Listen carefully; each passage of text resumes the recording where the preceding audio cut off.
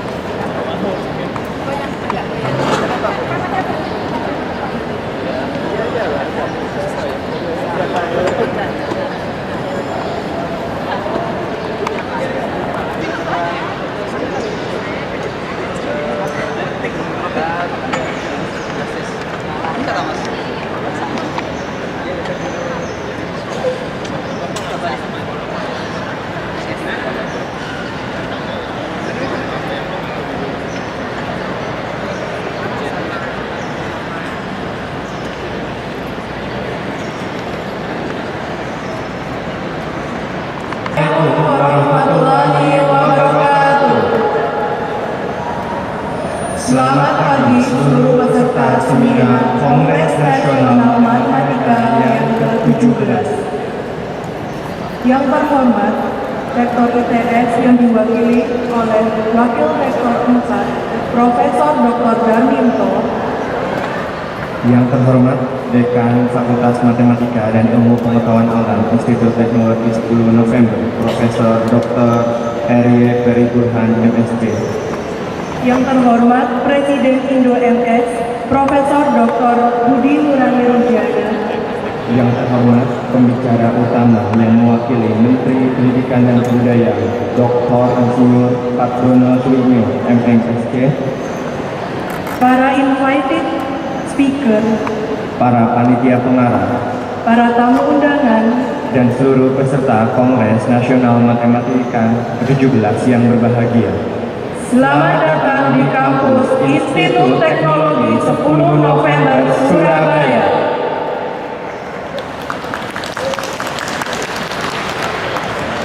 Puji dan syukur kami ucapkan atas kehadiran Tuhan Yang Maha Esa, atas segala nikmat dan anugerahnya pada pagi ini, sehingga kita semua dapat berkumpul di Geraha Institut Teknologi 10 November dalam keadaan sehat walafiat. Himpunan Matematika Indonesia atau biasa disebut dengan Indo MS mengadakan konferensi bagi komunitas matematika di Indonesia, meliputi peneliti, ilmuwan, praktisi, dosen, guru, mahasiswa, dan pengguna matematika di seluruh Indonesia.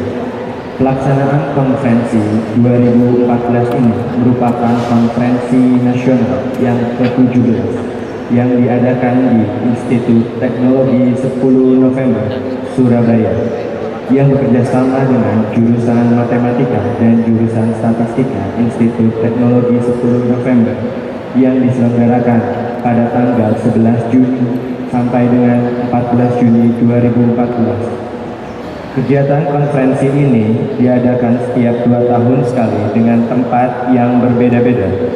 Merupakan suatu kehormatan dan kebahagiaan bagi kami dipercaya sebagai penyelenggara Konferensi Nasional Matematika yang ke-17 Dan menurut catatan Indo MS, ternyata saat ini merupakan yang ketiga kalinya ITS menjadi tuan rumah KSM. Tema dari konferensi yang saat ini dibawakan adalah peranan matematika dan statistika untuk menyongsong AEC, ASEAN Economic Community. Dengan mengambil semua subtema tersebut, dimaksudkan untuk mengingatkan diri kepada seluruh matematikawan dan statistisi untuk menyiapkan diri dalam menyongsong AEC tersebut. Beberapa rangkaian aktivitas KSM yang ke-17 adalah seminar nasional, kongres pergantian pengurus Indo MS untuk periode 2014-2016, dan workshop. Salah satu workshop yang akan diadakan adalah workshop metode pembelajaran matematika untuk guru SMA yang telah diadakan pada tanggal 10 Juni 2014 di Swiss Berlin Hotel Manyar, Kutoarjo. Ya, dengan bangga kami mempersembahkan salah satu seni khas tradisional dari Jawa Timur, yaitu tari remo sebagai pembukaan.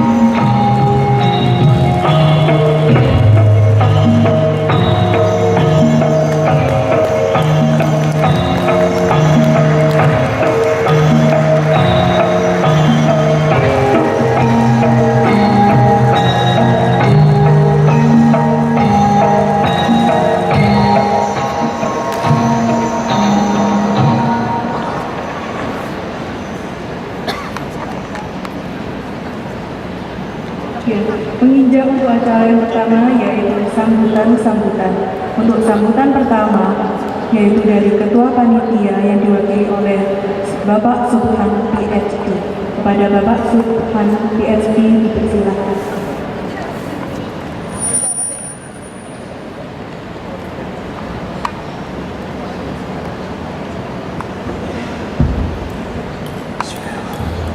Assalamualaikum warahmatullahi wabarakatuh. Yang terhormat Rektor Institut Teknologi 10 November Surabaya, yang diwakili Wakil Rektor Bidang Penelitian dan Kerjasama Profesor Darminto, yang saya hormati Dekan FMIPA Institut Teknologi 10 November Profesor Dr. Peri Burhan, yang saya hormati Presiden Indonesian Mathematical Society Profesor Dr. Budi Nurani. Tak lupa yang saya hormati pembicara utama Bapak Dr. Insinyur Padono Swiknyo yang mewakili Kementerian Pendidikan dan Kebudayaan. Pembicara undangan, para panitia pengarah, para tamu undangan, para dosen, guru, mahasiswa, dan semua peserta konferensi yang berbahagia. Selamat datang di kampus Institut Teknologi 10 November Surabaya. Alhamdulillah, puji syukur kami panjatkan kehadiran Allah Subhanahu wa taala yang telah melimpahkan rahmat, berkah, kesehatan, kesempatan sehingga pada hari ini kita bisa berkumpul dalam rangka menghadiri konferensi terbesar matematikawan seluruh Indonesia yang ke-17 di Geraha Institut Teknologi 10 November Surabaya. Kedua, kami mohon doa. Saya di sini mewakili Ibu Erna sebagai chairman ketua pada event hari ini. Beliaunya sedang sakit. Para hadirin, Konferensi Nasional Matematika ke-17 diselenggarakan atas kerjasama Indonesian Mathematical Society dan jurusan Matematika serta jurusan Statistik Fakultas Matematika dan Ilmu Pengetahuan Alam Institut Teknologi 10 November Surabaya. Merupakan kehormatan dan kebahagiaan bagi kami dipercaya sebagai penyelenggara KMM ke-17. Ini merupakan yang ketiga kalinya bagi Institut Teknologi 10 November Surabaya. Tamu undangan yang saya hormati, tema konferensi saat ini adalah peranan matematika dan statistik menyongsong Asian Economic Community. Dalam konferensi ini ada satu keynote speaker dan 12 invited speaker. Ada lebih dari 500 abstrak yang sudah masuk pembicara, 31 makalah bidang aljabar, 34 makalah analisis, 60 ilmu komputer, 82 matematika terapan, 8 makalah teori sistem dan kendali, 38 makalah teori graf dan kombinatorik, ada 143 pendidikan matematika, 100 statistik, 11 matematika keuangan. Dari catatan panitia sampai pagi ini kurang lebih ada 600-an yang akan menghadiri acara hari ini sampai hari Jumat. Tamu undangan yang saya hormati, dari sekian banyak peserta terdistribusi dalam 4 negara, 2 invited dari Belanda, 1 dari Australia, Taiwan, dan beberapa dari Indonesia. Peserta dari Indonesia mewakili hampir dari seluruh provinsi, dari Sabang sampai Merauke. Kegiatan konferensi akan dilaksanakan mulai hari ini sampai tanggal 13 dengan alokasi waktu pleno pagi hari, sedangkan untuk paralel dilakukan siang sampai sore hari. Kongres Indo-MS akan dilaksanakan pada tanggal 13 Juni hari Jumat di pagi hari. Sedangkan tanggal 14 dialokasikan untuk tur CT Surabaya, Madura. Beberapa event yang sudah dilaksanakan mengiringi acara Kongres Konferensi Nasional Matematika ke-17 antara lain lomba desain kaos yang diikuti 34 peserta, lomba humor matematika dan statistik diikuti oleh 19 orang, workshop Aljabar Maxtus yang bekerja sama dengan Delft University of Technology 30 peserta, workshop modelan spasio temporal diikuti 30 peserta. Finally tadi ada banyak yang dari pendidikan, workshop pembelajaran matematika berdasarkan kurikulum 2013 kemarin diikuti sekitar 60 peserta dan didanai Kemendiknas.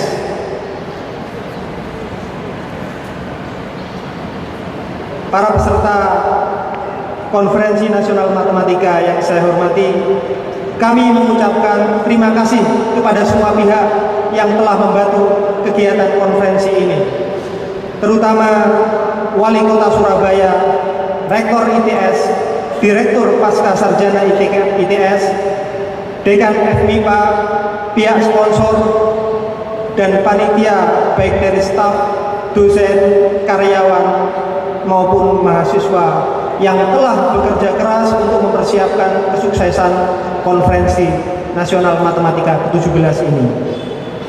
Saya mengucapkan selamat mengikuti konferensi dan kami mohon maaf jika ada kekurangan. Saya akan menutup dengan gaya Surabayaan, Bapak Ibu sekalian. Awar-awar godongi jati, ngudek jenang gadek kelopo. Semoga Allah memberkati acara KNM 17 di Surabaya. Bunga mawar, bunga melati, makan rawon di pasar turi. Kalaulah ada yang tersakiti, maafkan kami setulus hati. Assalamualaikum warahmatullahi wabarakatuh.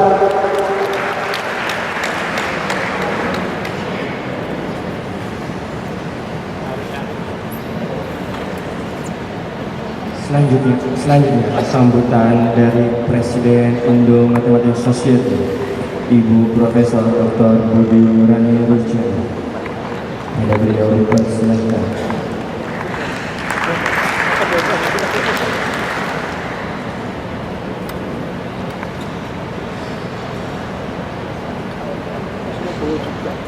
Bismillahirrahmanirrahim. Assalamualaikum warahmatullahi wabarakatuh. Salam sejahtera untuk kita semua. Selamat pagi Bapak dan Ibu.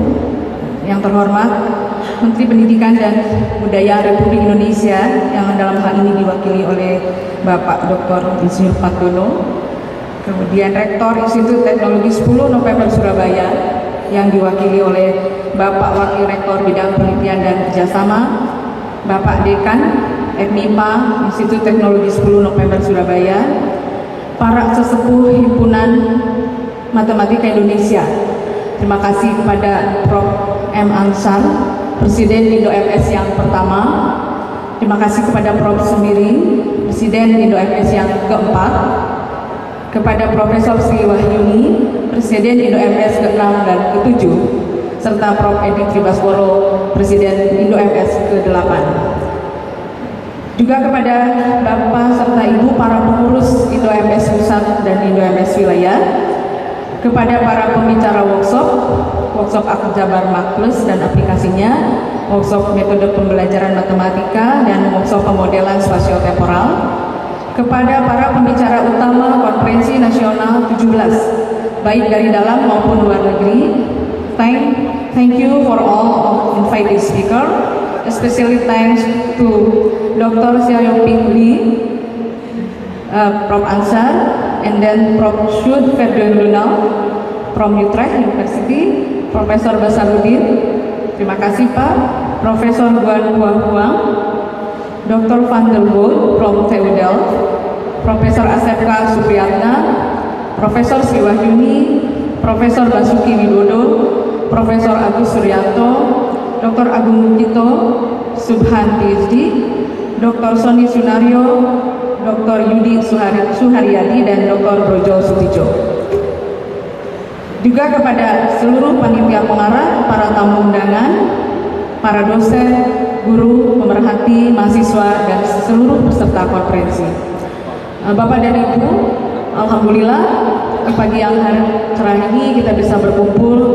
Walau demikian, tadi sudah disampaikan, mudah-mudahan Ibu Ketua KMM, Ibu Erna, bisa diberi kesembuhan ya. Sekarang mungkin sedikit kecapean.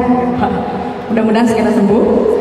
Hadirin yang kami muliakan, tadi sudah disampaikan oleh panitia pelaksana bahwa KMM ke-17 ini merupakan kerjasama dari Himpunan Matematika Indonesia atau IndoMS dengan jurusan Matematika dan jurusan Statistika MIPA ITS. Tentunya terima kasih banyak pada atas dukungan dari Rektor ITS, Dekan dan segenap jajaran MIPA ITS yang telah mendukung dan tentunya membantu baik moral maupun material sehingga kita dapat melaksanakan KNM pada pagi hari ini. Bapak dan Ibu, dikaitkan dengan tema, panitia memilih tema peranan matematika dan statistika menyongsong Asian Economic Community. Untuk AEC 2015 ini yang merupakan kesepakatan negara-negara ASEAN disampaikan pada KTT ASEAN ke-13 di Singapura tahun 2007, di mana diharapkan akan mencapai integrasi ekonomi, maka akan terbentuklah pasar tunggal yang bebas. Nah, mudah-mudahan IndoMS melalui peran Bapak Ibu keseluruhan sebagai segenap anggota, baik di dalam bidang keilmuan maupun secara individu bisa berperan serta sehingga dapat meningkatkan pangsa pasar di wilayah ASEAN. Bapak dan Ibu, dalam agenda juga sudah disampaikan bahwa selain kita akan mengadakan konferensi berupa diseminasi hasil-hasil penelitian maupun pembelajaran dari Bapak dan Ibu peserta, tentunya tadi kita akan mendengarkan dan berdiskusi dengan para pakar yang alhamdulillah bisa hadir mewakili 4 negara dalam kesempatan ini.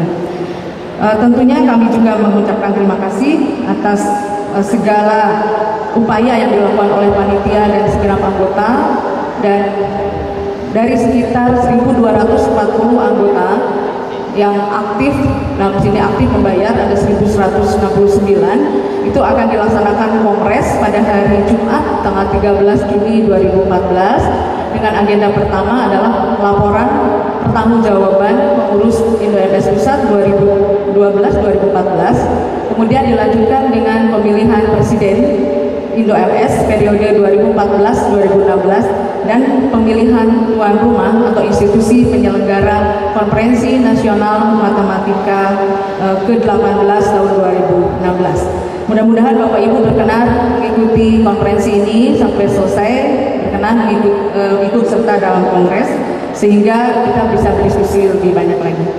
Kepada segenap jajaran panitia pengarah, pelaksana, para pembicara utama, para reviewer abstrak dan semua pihak yang telah membantu, atas nama pengurus IndoMS Pusat kami menyampaikan ucapan terima kasih dan penghargaan yang tiada terhingga.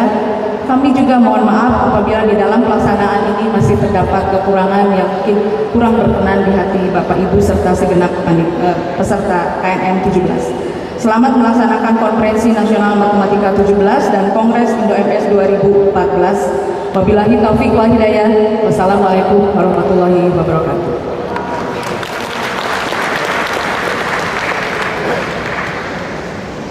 Selanjutnya adalah sambutan dari Rektor Institut Teknologi 10 November yang diwakili oleh Pembantu Rektor 4, Profesor Dr. Darminto. Kepadanya dipersilakan.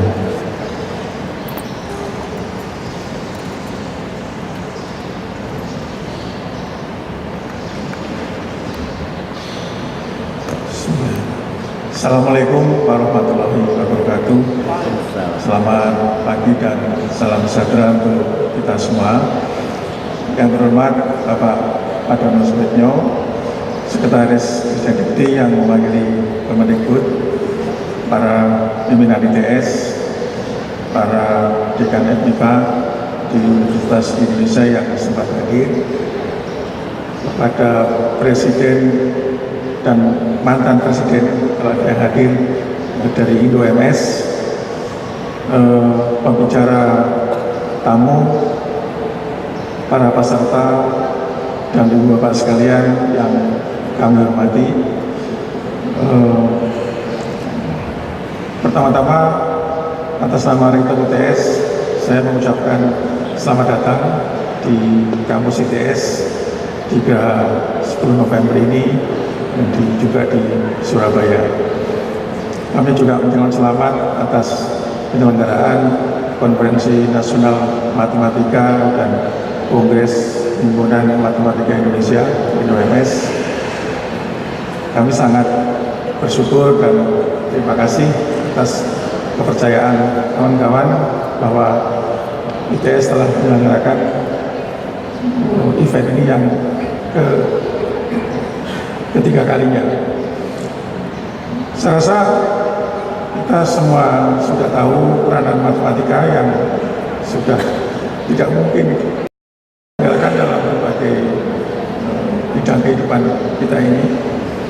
Dan ITS sendiri dengan 2 jurusan matematika dan statistika, dan sejak kira-kira 3 tahun yang lalu di ITS di bawah Lembaga Penelitian dan Pengabdian pada Masyarakat ada pusat studi sains yang utamanya untuk mengharapkan kontribusi kawan-kawan dari bidang MIPA. Kami juga mengucapkan selamat kepada pengurus IndoMS pada periode yang hampir selesai, dan tadi menurut Ibu Presiden bahwa pada tanggal 14 akan ada Pilpres di gedung ini yang tentu mendahului Pilpres pada tanggal 9 Juli. Alhamdulillah. Nah, sesuai dengan tema peran matematika dan statistika menyongsong Asian Economic Community. Rasanya di tingkat ASEAN ini memang sudah ada beberapa jejaring. Yang saya tahu di bidang engineering itu yang diorganize oleh Asian University Network itu ada SIGNET, di Southeast Asia Engineering Education Development Network. Nah, barangkali kita yang ada di bidang MIPA, saya sendiri berbackground fisika, mungkin juga perlu ada peningkatan jejaring semacam ini. Tadi saya dengar dari Profesor Basuki sudah ada segitiga negara yang membentuk jaringan di bidang ini, dan ke depan saya kira tepat dengan dimulainya komunitas ASEAN ini akan lebih baik kalau network itu kita tingkatkan di level ASEAN.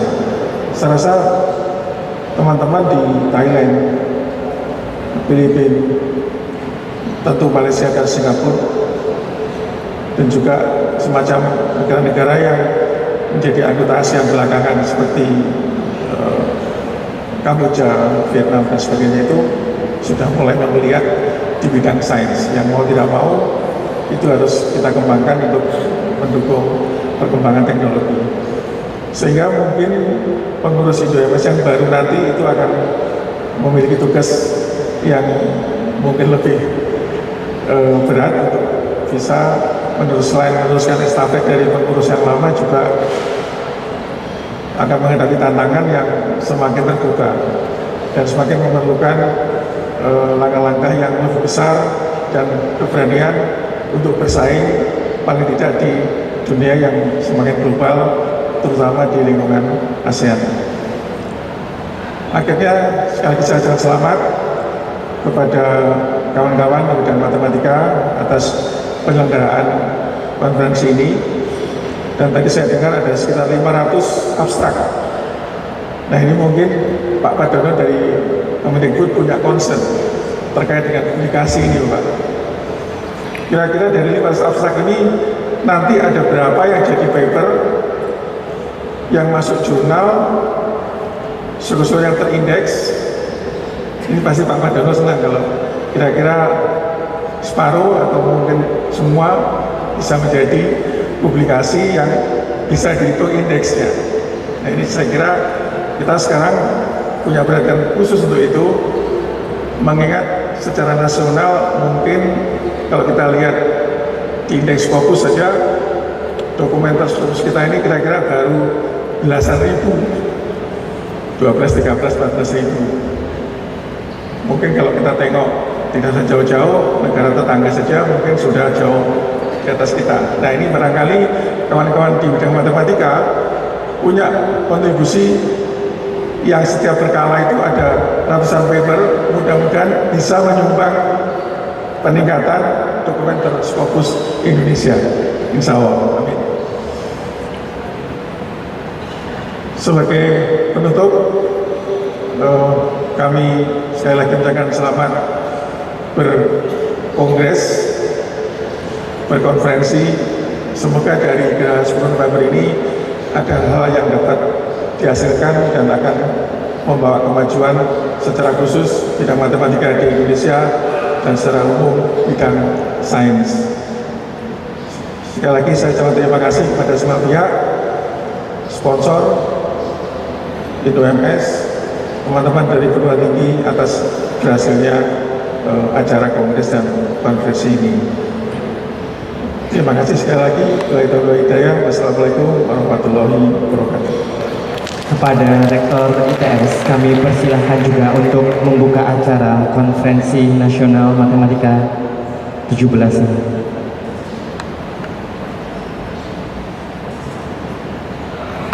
Atas perkenan Bapak semua dan dengan mengucap Bismillahirrahmanirrahim, Konferensi Nasional Matematika dan Kongres Himpunan Matematika Indonesia tahun 2014 dibuka.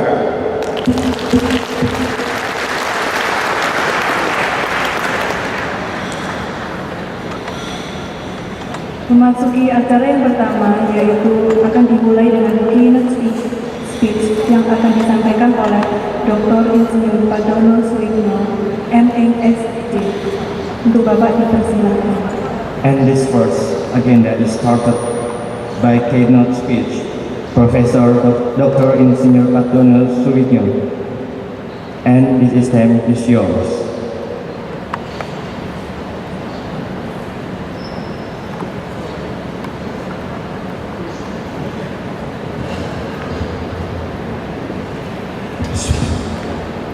Bismillahirrahmanirrahim. Yang terhormat Rektor ITS yang dalam ini diwakili oleh Wakil Rektor Bidang 4, pimpinan ITS yang lain, yang terhormat Presiden IndoMS yang periode sekarang maupun periode-periode sebelumnya, para undangan dan hadirin sekalian, Assalamualaikum warahmatullahi wabarakatuh. Selamat pagi, salam sejahtera bagi kita semuanya. Pertama-tama saya ingin menyampaikan permohonan maaf dari Pak Menteri yang tidak bisa menghadiri undangan ini karena ada kegiatan yang tidak bisa ditinggalkan. Bapak Ibu semuanya, karena permintaan dari Pak Masuri itu sangat mendadak, ya katanya sudah nggak ada orang lain ini Pak ya yang bisa kita minta, ya tolong Pak Padono aja biar ada yang memberikan keynote speech ya sebagai teman sehingga saya sanggupi, tetapi cukup menyulitkan saya karena untuk menyiapkan materi ini di samping topiknya itu adalah peranan matematika dan statistika menyosong ASEAN Economic Community. ini terang lebih sulit dibandingkan kalau kita menyampaikan misalkan peranan ahli finansial ya di dalam menyongsong area era ASEAN Economic Community. Tetapi saya berusaha untuk ya, menggali pikiran-pikiran yang kira-kira terkait dengan ini, karena ini juga baru selesai sehingga saya nggak hafal. Saya harus turun ke bawah ini melihat presentasinya. Mohon maaf.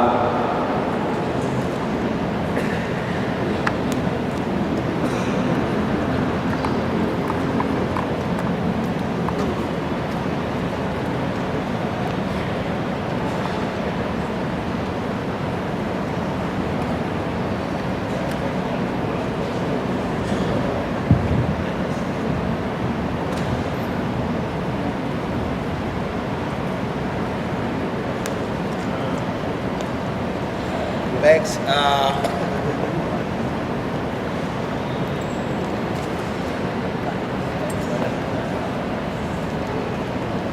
mudah-mudahan cukup bisa didengar.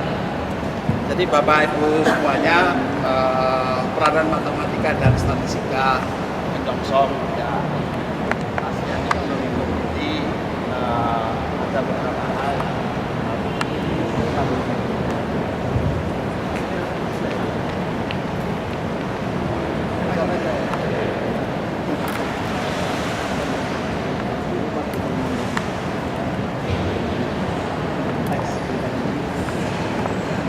Jadi ada beberapa hal yang ingin saya sampaikan. Yang pertama adalah bagaimana ASEAN Economic Community dan strategi kita dalam percepatan dan pengembangan ekonomi Indonesia.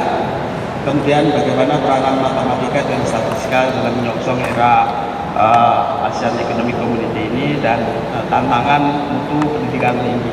Dalam hal ini adalah pendidikan tinggi di bidang ya, matematika dan statistika, dan beberapa catatan akhir. Next. Ada 3 ASEAN Community. Yang pertama adalah ASEAN Political Security Community, kemudian ASEAN Economic Community, dan ASEAN Social Cultural Community. Nah, kita akan mencari bagaimana peran ahli matematika dan statistika dalam menyongsong ASEAN Economic Community. Ini adalah blueprint dari ASEAN Economic Community. Ada 4 strategic objektif.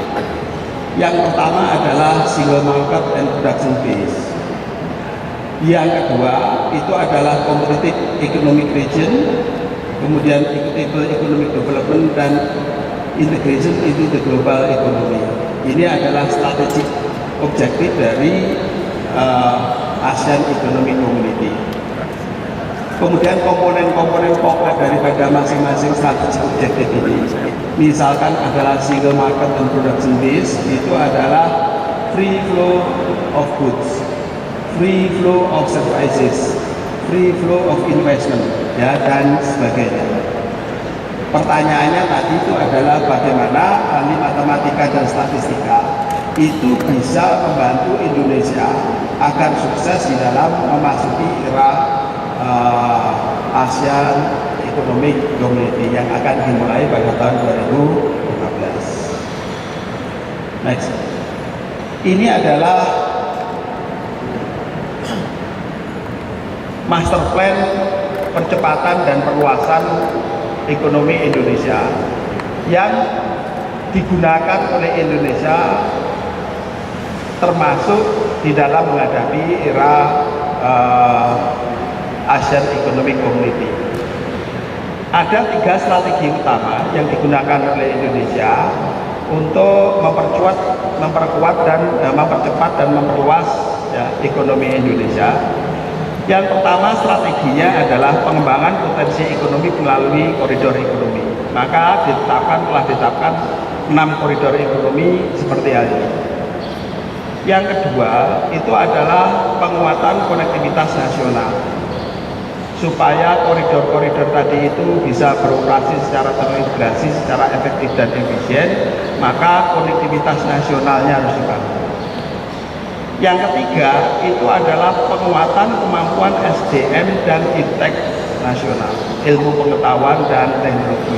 Ini adalah strategi ketiga, di mana di dalam ilmu pengetahuan dan teknologi nasional, di ilmu pengetahuannya ini termasuk ilmu pengetahuan mengenai matematika dan statistika.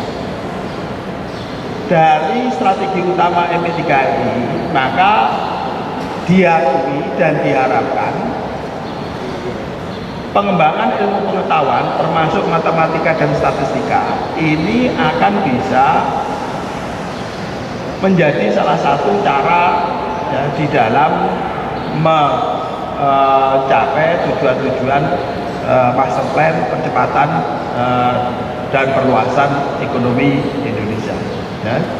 Jadi di MP3I termasuk di sini kesuksesan kita di dalam memperluas dan mengembangkan ekonomi itu termasuk penguatan dari SDM di bidang sains, ya, termasuk matematika dan statistika. Next. Kalau kita coba bagaimana peranan matematika dan statistika di dalam menyongsong ASEAN Economic Community, tadi saya jelaskan akan lebih mudah mencari benang merahnya, misalkan ahli ya, finansial ya, untuk mensukseskan ASEAN Economic Community daripada ya, ahli matematika dan statistika, karena pengaruhnya itu mungkin tidak selangsung ya ahli-ahli yang lain. Tapi kita coba bagaimana peran yang bisa dimainkan. Next. Tadi strategik objektif dari ASEAN Economic Community yang di dalamnya itu ada komponen-komponen utama, misalkan free flow of goods, kemudian free flow of skilled labor. Untuk mencapai strategik objektif ini, maka pemerintah Indonesia harus mengambil kebijakan-kebijakan. Baik kebijakan di dalam bagaimana supaya flow of goods itu bisa mengalir dengan baik di ASEAN Community, kemudian free flow of skilled labor itu bisa terjadi, ya, maka pemerintah harus mengambil kebijakan-kebijakan. Kalau kita lihat di sini, pencapaian strategik objektif yang satu itu punya korelasi, punya impact terhadap pencapaian strategik objektif yang lain. Misalkan free flow of skilled labor itu nanti itu akan bisa berimpact pada bagaimana ya competition policy yang terjadi ya di ASEAN Community. Pemerintah itu harus mengambil kebijakan-kebijakan yang tepat. Ini adalah kebijakan yang strategis, fundamental, maka ini harus dilakukan ya dengan akurat. Apabila kebijakan-kebijakan yang diambil oleh pemerintah Indonesia itu nanti itu tepat dan akurat, maka posisi Indonesia di dalam kompetisi di ASEAN ini itu akan menjadi baik. Pada gilirannya nanti, seperti halnya disebutkan di salah satu strategik objektif di ASEAN Economic Community, ingin menempatkan ASEAN itu daerah yang mempunyai kemampuan kompetisi yang bagus di kancah global. Pertanyaannya adalah bagaimana pemerintah bisa mengambil kebijakan-kebijakan yang tepat supaya bisa sukses di dalam menjalani ASEAN Economic Community. Tidak bisa lain, di dalam pengambilan keputusan yang sangat strategis ini harus diadakan kajian-kajian atau analisis yang komprehensif, ya, yang akurat supaya keputusan atau kebijakan yang diambil itu tepat. Di bidang matematika dan statistika, maka para ahli matematik dan statistika itu bisa mengembangkan model matematik, statistik atau simulasi yang bisa digunakan sebagai dasar di dalam pengambilan kebijakan. Semacam what if game, misalkan kalau kebijakannya seperti ini, bagaimana pencapaian strategik objektif ini.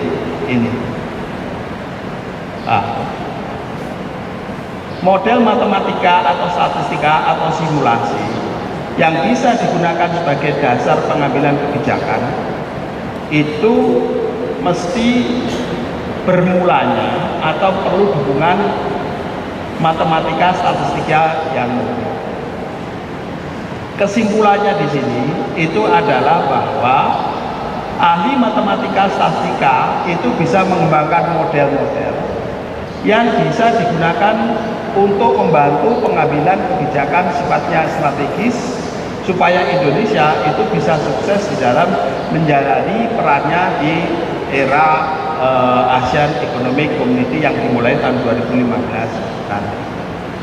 Untuk itu Bapak Ibu semuanya, ahli-ahli matematika dan matematika dan statistika itu tidak dilarang untuk melakukan kajian yang sifatnya murni, misalkan bagaimana keajaiban bilangan prima, ya, boleh, ya.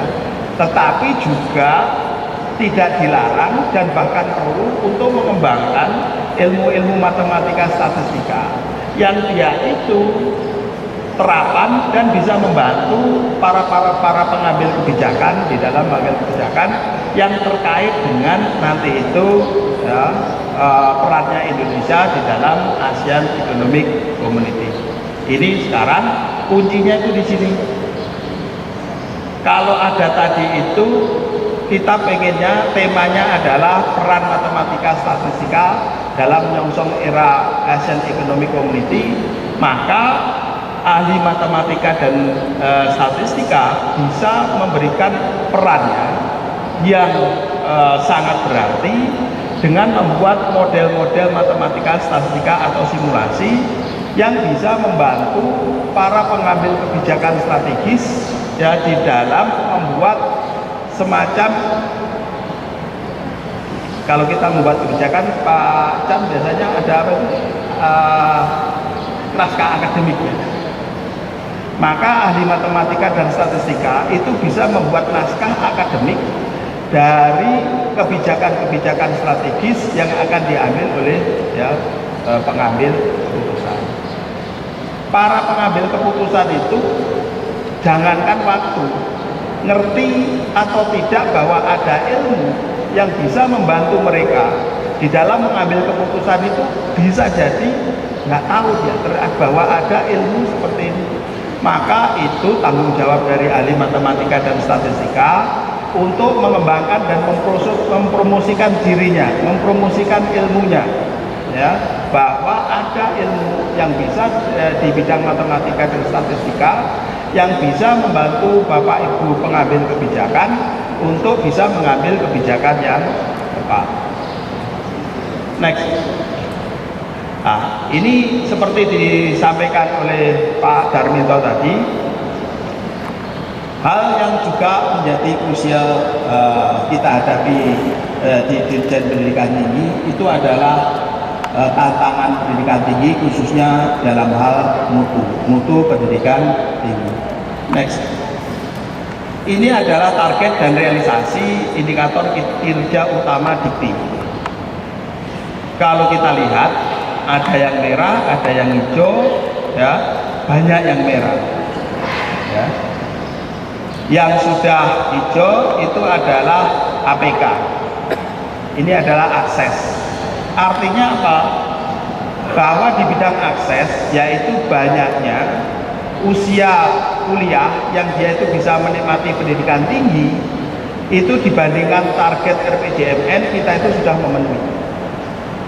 Rapot kita maka hijau di sini. Ya. Tetapi kalau kita lihat ya, di indikator-indikator yang merepresentasikan mutu pendidikan tinggi kita itu hampir semuanya merah. Ya. Nah, ini menjadi tantangan kita. Next. Maka migrasi dari strategik objektif dikti itu seperti ini. Periode sampai tahun 2014 strategik objektif dikti itu ada 4 dan kedepannya tetap 4. Tapi prioritasnya itu yang beda-beda. Sampai tahun 2014 itu prioritas utama akses. Bahwa anggaran dikti yang setiap tahun itu 40 triliun itu terutama sekarang ini digunakan untuk meningkatkan akses. Pendirian perguruan tinggi baru, kemudian pembentukan program studi baru, kemudian PTS yang dinegerikan. Ini prioritas utamanya itu adalah akses. Yang kedua, quality relevance. Yang ketiga itu adalah international competitiveness. Yang keempat, governance. Sekarang kita lagi membuat Renstra untuk tahun 2015-2019. Strategic objektifnya bergeser, tetap ada 4 biji, tetapi sekarang quality itu mendekati prioritas yang menepati prioritas yang pertama. Artinya apa? Bahwa anggaran dikti yang besarnya 40 triliun itu sekarang sebagian besar itu akan dibelanjakan untuk memperbaiki mutu pendidikan tinggi di Indonesia. Dosennya yang belum S3 di S3-kan, kemudian akreditasi perguruan tinggi dan program studi itu ditingkatkan. Ya, ini nanti itu yang menjadi prioritas utama. Yang kedua akses, yang ketiga international competitiveness, yang keempat governance. Maka kalau sekarang ini hanya sedikit perguruan tinggi di Indonesia yang masuk 500 perguruan tinggi terbesar di dunia, itu sebetulnya ya bisa dicarikan alasannya. Karena strategic objektif kita, international competitiveness itu masih ranking ketiga. Tahun 2020-2014 nanti quality itu masih menjadi prioritas utama, tetapi itu naik ke peringkat kedua dan akses itu peringkat ketiga. Tahun 2015 sampai tahun 2025 sampai tahun 2029 competitiveness itu masuk yang prioritas utama. Sehingga kalau kita ingin nanti melihat perguruan tinggi Indonesia yang masuk 500 besar perguruan tinggi terbaik dunia, itu pada era inilah kita akan melihatnya. Ya. Tetapi tidak berarti pada saat di sini itu kita tidak melakukan usaha-usaha untuk mencapai international competitiveness. Next.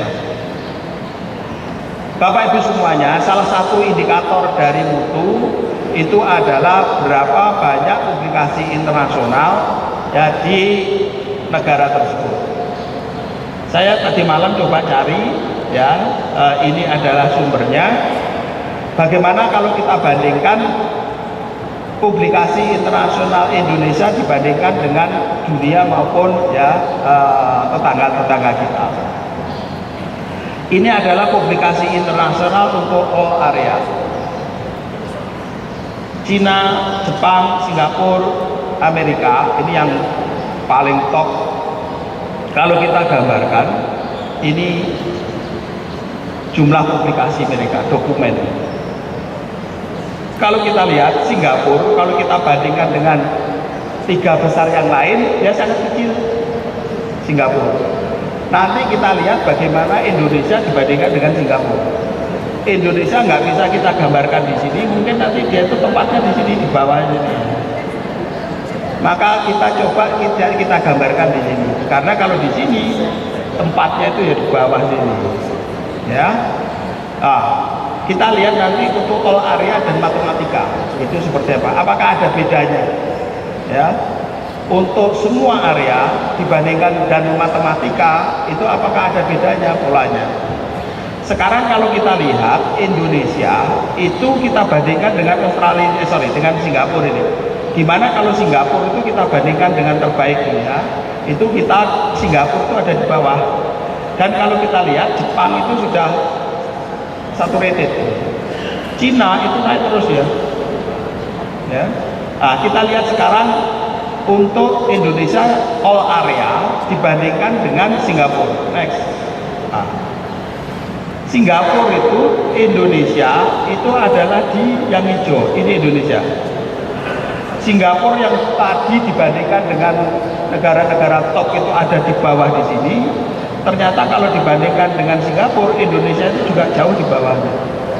Bahkan kita lihat Vietnam itu mengejar kita, ya, untuk all area,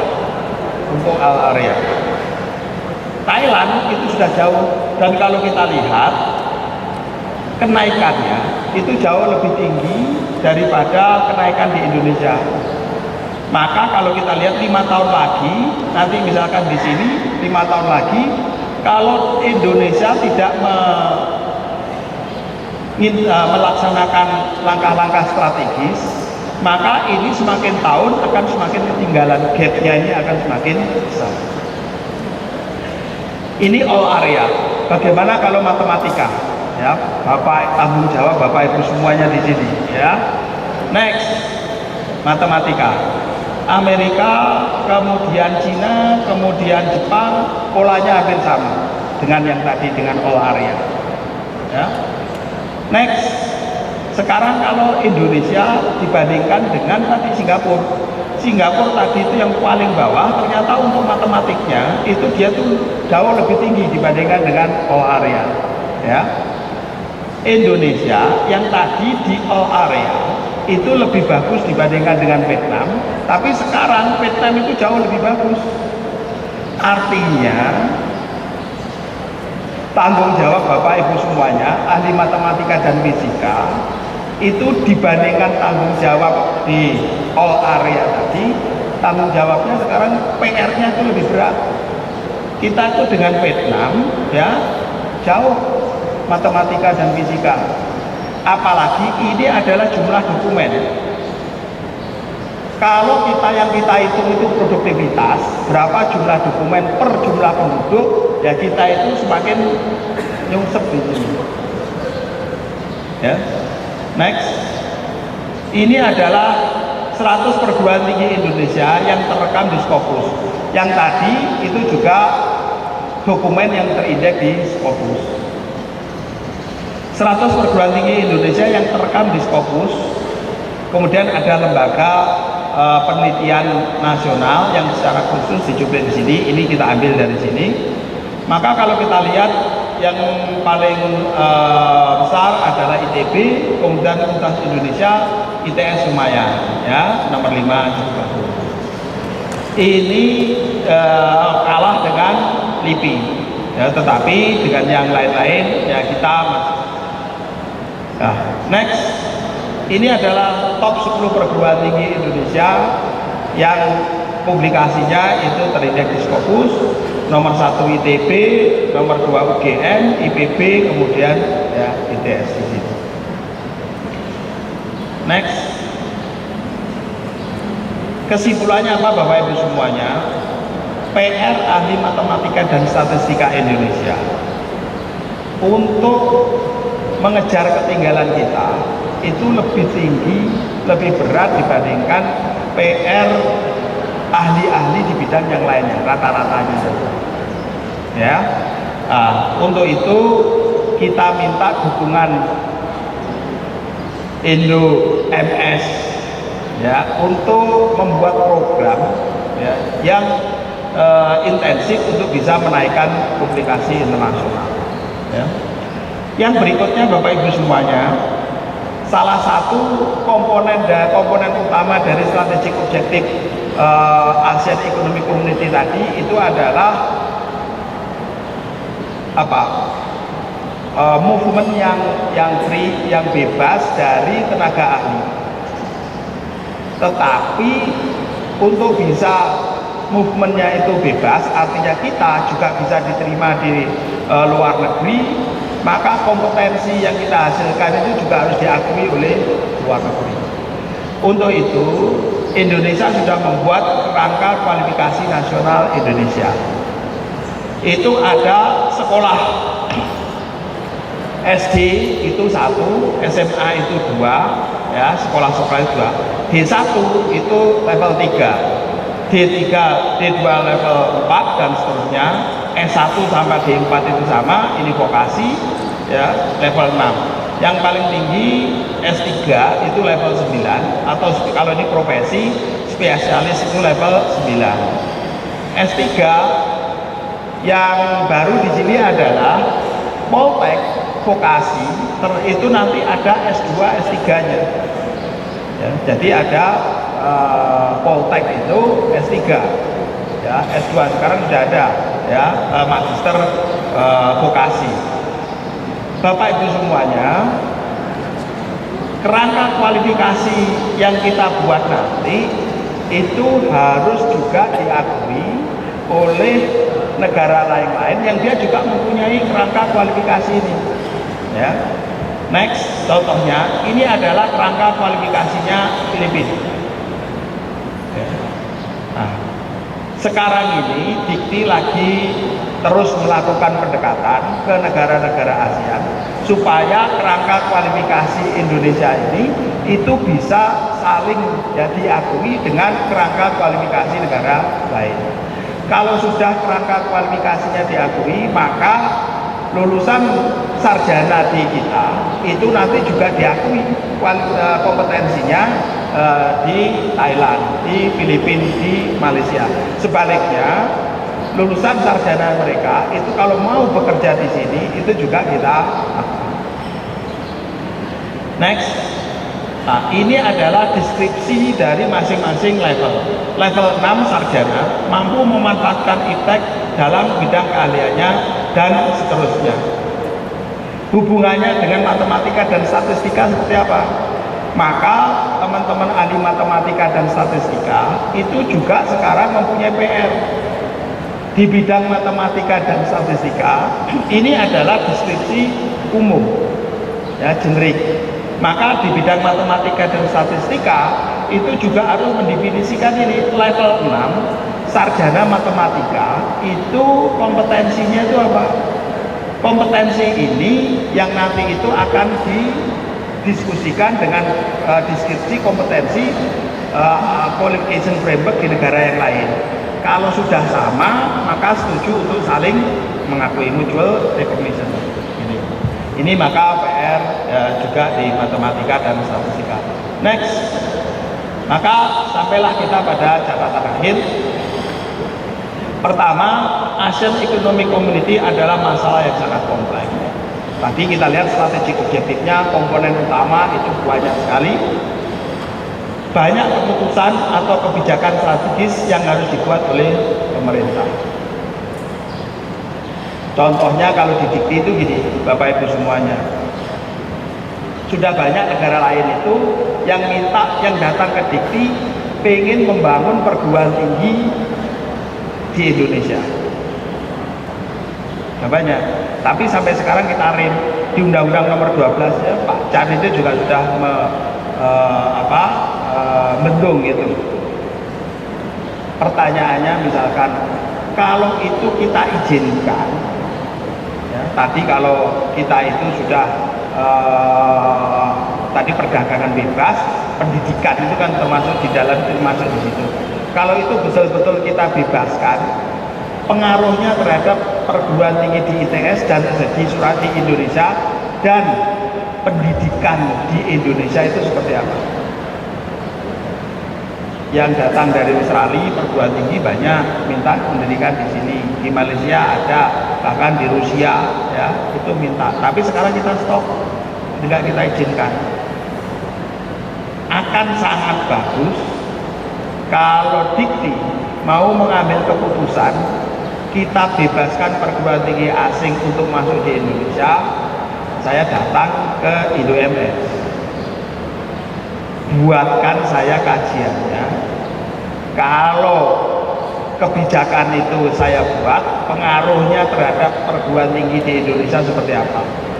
Apakah betul ketakutan PTS kalau ada perguruan tinggi asing masuk di sini, PTS-PTS yang besar-besar itu akan ya gulung tikar. Coba dikaji, disimulasikan kayak gitu. Nah itu kalau di pendidikan, apalagi kalau di keuangan, perdagangan, terang kebijakan yang diambil, kemudian bagaimana ini nanti kalau diambil pengaruhnya terhadap competitiveness Indonesia di ASEAN itu seperti apa, itu adalah sesuatu yang penting. Agar kebijakan dibuat efektif perlu kajian analisis yang komprehensif dan akurat. Para ahli matematika fisika bisa membantu pengambil kebijakan untuk melakukan analisis sebagai dasar pengambilan kebijakan. Untuk itu, para ahli matematika perlu mengembangkan model-model matematika, statistika, simulasi untuk membantu melakukan analisis bagi pengambil kebijakan. Ya. Next,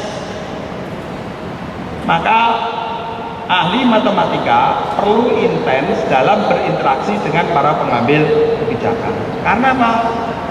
Yang pertama, kalau tidak berinteraksi secara intens, nggak tahu model yang seperti apa sebetulnya yang dibutuhkan. Kalau Bapak Ibu semuanya ketemunya juga dengan teman-teman ahli matematika dan statistika aja, maka nggak tahu sebetulnya pengambil kebijakan itu butuh dibantu model seperti apa sih. Untuk itu ya harusnya berinteraksi yang lebih intens. Para ahli matematika tidak hanya perlu mengembangkan ilmu matematika, statistik murni, tetapi juga yang terapan. Secara umum, ini mengenai pendidikan, secara umum produktivitas publikasi ilmiah peneliti Indonesia jauh tertinggal dibandingkan dengan negara lain, termasuk peneliti di bidang matematika, statistika, dan ternyata itu jauh lebih rendah lagi. Ya. Bapak Ibu semuanya, karena mulai tahun 2015 mutu adalah prioritas pertama dari strategi objektif dikti, maka kebijakan-kebijakannya akan mengarah ke situ. Perlu saya sampaikan, bulan depan akan keluar permen mengenai SNPT, Standar Nasional Pendidikan Tinggi. Itu salah satu cara yang digunakan untuk memaksa, dalam tanda petik, publikasi internasional Indonesia itu semakin tinggi. Bapak-bapak Ibu yang sekarang lagi S3, cepat lulus sebelum bulan depan. Karena setelah bulan depan, S3 yang lulus itu minimum publikasi internasional yang terindeks minimum 2. Ya. Aturan ini tidak hanya diberikan pada mahasiswanya, tapi juga pembimbing. Promotor utama tidak boleh, meskipun profesor, kalau dia tidak mempunyai publikasi internasional yang tidak terindeks di Scopus. Bukan tidak terindeks, ya, tapi utamanya Scopus, tapi kita ada tambahan-tambahan karena tidak semua di Scopus itu betul, ya. Jadi tidak semua profesor yang dalam 2 tahun itu tidak menghasilkan publikasi internasional bisa di-grounded. Karena apa? Kebijakan itu terpaksa harus kita ambil kalau kita itu perlu mengejar ketertinggalan. Singapura itu di sini, kita di sini. Vietnam, ya, yang merdekanya itu kan duluan kita ya, itu sekarang sudah jauh di atas kita. Ya. Kayaknya itu hidup kita ya, di pendidikan ini semakin lama semakin sulit. Ya. Target-targetnya itu semakin besar. Ya. Nah, perlu adanya gerakan peningkatan publikasi internasional di semuanya. Di nasional dengan SNPT itu dipaksa. Nah, kita minta di Indo MS bahwa peningkatan publikasi internasional termasuk salah satu program utama. Program utama di Indo MS peningkatan publikasi internasional. Pemerintah melalui BUPTN telah mendukung peningkatan penelitian. Salah satu outcome-nya adalah publikasi internasional. Tahun kemarin 3 triliun BUPTN, yang 30%-nya 1 triliun itu untuk penelitian. Kemudian di perguruan tinggi itu juga ada biaya penelitian yang dianjurkan dari PNBP, sehingga jumlah anggaran penelitian jauh lebih besar dari 30% BUPTN. Ada yang 60% BUPTN-nya itu untuk penelitian, ada yang 50%. Syaratnya itu padahal cuma berapa? 30%. Artinya apa Bapak Ibu semuanya? Terkait dengan anggaran sudah ada peningkatan yang signifikan. Tahun depan itu kita ingin usulkan BUPT-nya 4,5 triliun. BUPT-nya 4,5 triliun, berarti untuk penelitiannya 1,5 triliun. Ya, itu kalau pemerintah punya uang, ya dikasih. Ya. Bandingannya dengan Cina, Bapak Ibu semuanya, salah satu direktur TITI bulan lalu ada acara di perguruan tinggi di Cina. Publikasinya tiap tahun 5.000. Anggaran penelitiannya 32 miliar. Dengan anggaran penelitian 32 miliar, publikasinya 5.000. Satu perguruan tinggi. Ya, dibandingkan kita masih jauh. Dengan anggaran penelitian itu yang nggak jauh berbeda. Cuma 10 perguruan tinggi terbesar ITS anggarannya, perguruan tinggi di Indonesia anggarannya itu penelitiannya lebih dari 32 miliar. Tetapi belum ada perguruan tinggi kita yang 1 tahun menghasilkan publikasi internasional sebanyak 5.000. Ya, jadi PR kita masih. Next. Nah, terima kasih. Baik, saya kira itu yang saya bisa sampaikan. Saya ucapkan selamat kepada teman-teman ahli matematika dan statistika ini. Mudah-mudahan Konferensi Nasional Matematika ini dan Kongres Himpunan Matematika Indonesia bisa berjalan dengan sukses dan bermanfaat baik bagi kita semuanya di sini maupun bagi bangsa Indonesia. Kalau ada yang hilaf, saya mohon maaf. Wassalamualaikum warahmatullahi wabarakatuh.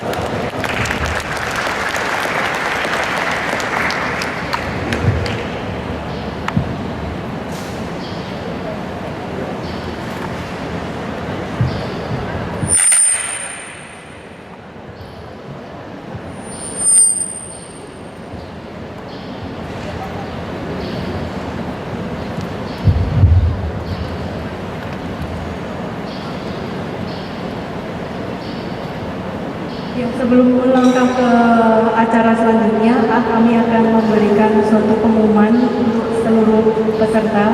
Yang pertama yaitu untuk pendaftaran tour pada hari Sabtu masih dibuka dan akan dibuka di meja informasi. Sekali lagi untuk pendaftaran tour dimohon kehadirannya untuk semua peserta KNM untuk menghadiri jamuan makan malam pada malam ini di Geraha ITS di gedung ini. Yang ketiga, program khusus dari Bank BRI bagi para peserta Konferensi Nasional Matematika yang ke-17 yang membuka rekening tabungan Britama atau Britama Junior atau Simpades, kemudian melakukan registrasi mobile banking dan melakukan experience transaksi finansial di fitur mobile banking BRI, transfer, pembayaran, pembelian, dan lain sebagainya, maka akan mendapatkan voucher belanja dari Bank BRI.